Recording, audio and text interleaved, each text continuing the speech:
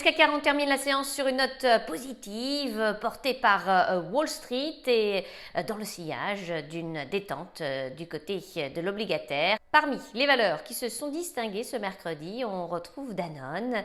Le groupe agroalimentaire était bien orienté suite à la confirmation de ses objectifs pour l'exercice en cours. Le groupe a dégagé pour le premier trimestre un chiffre d'affaires en progression de 10,2% en données publiées et de 7,1% sur une base comparable à 6,2 milliards d'euros. Téléperformance, leader mondial de la gestion omnicanale de l'expérience client externalisée, a enregistré de son côté un chiffre d'affaires en progression de 14,6% en données publiées et de 6,5% sur une base comparable à 1,86 milliard d'euros, dépassant les attentes de la communauté financière. Le groupe a confirmé ses objectifs pour l'exercice en cours.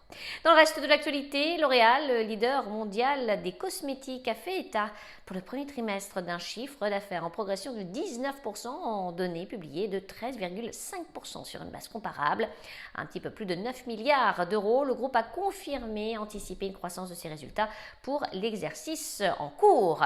Et puis Alstom, un Express Transportation Partners, un consortium composé du groupe industriel Econ Group de Deutsche Bahn et FCC Construction, a signé un accord avec Metrolinx pour le projet de travaux sur un corridor ferroviaire d'une valeur de plusieurs milliards de dollars visant à transformer la mobilité collective dans la région Grand Toronto et de Hamilton.